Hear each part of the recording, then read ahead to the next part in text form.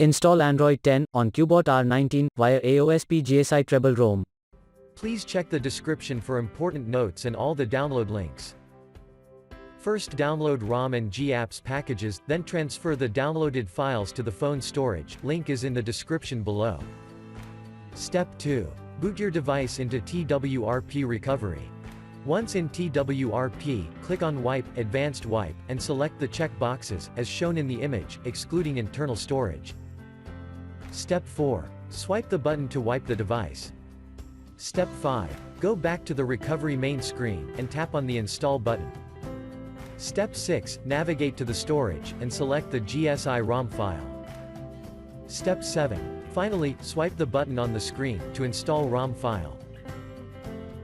Step 9. After GApps flashing completes, select Wipe Cache and Dalvik from bottom left side of screen, and swipe to wipe. Step 10. When the flashing process is complete, hit Reboot System. That's it, you have successfully installed the ROM on your device.